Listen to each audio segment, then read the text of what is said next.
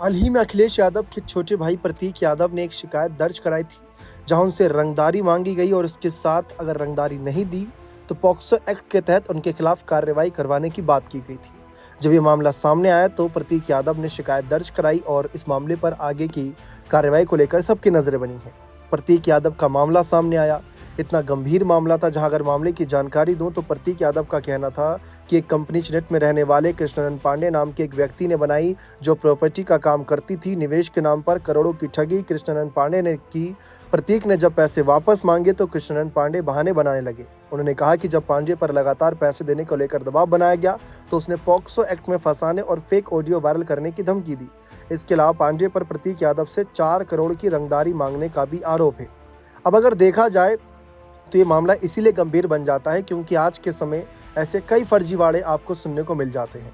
अगर प्रतीक यादव के मामले पर जिस तरीके से यहाँ पर सिचुएशन गरमाई है, अगर इस मामले पर आगे कार्रवाई होगी तो होगी, लेकिन अगर जागरूक करने के लिए देखा जाए तो जनता के लिए बहुत ही बेहतर तरीके से यहाँ पर कई एग्जाम्पल दिए जा सकते थे, क्योंकि उत्तर प्रदेश के पूर्व मुख्यमंत्री अखिलेश यादव के छोटे भाई है प्रतीक यादव।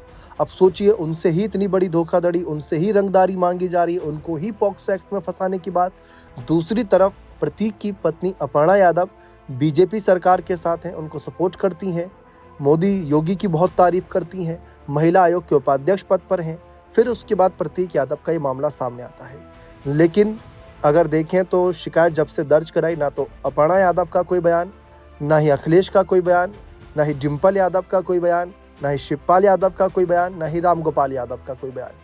क्योंकि इस मामले पर हमारा कहना ये नहीं है कि आप प्रतीक को सपोर्ट करो या आगे अपनी बात रखो, बल्कि इस मामले पर लोगों को जागरूक करने के लिए आपको इस बात का एग्जाम्पल दिया जा सकता था कि देखिए किस तरीके से फर्जीवाड़ा किया जा सकता है, किस तरीके से आपको बचना है, कैसे। क्योंकि सही समय पर अगर आपके साथ आपको लग रहा है गलत हुआ है तो आप शिकायत दर्ज करा के आगे इस मामले में अपने आप को बचा सकते हो या फंसने से कहीं ना कहीं अपने आप को पूरी तरीके से दूर रख सकते हो। लेकिन ना तो अखिलेश यादव के द्वारा कोई बात रखी गई।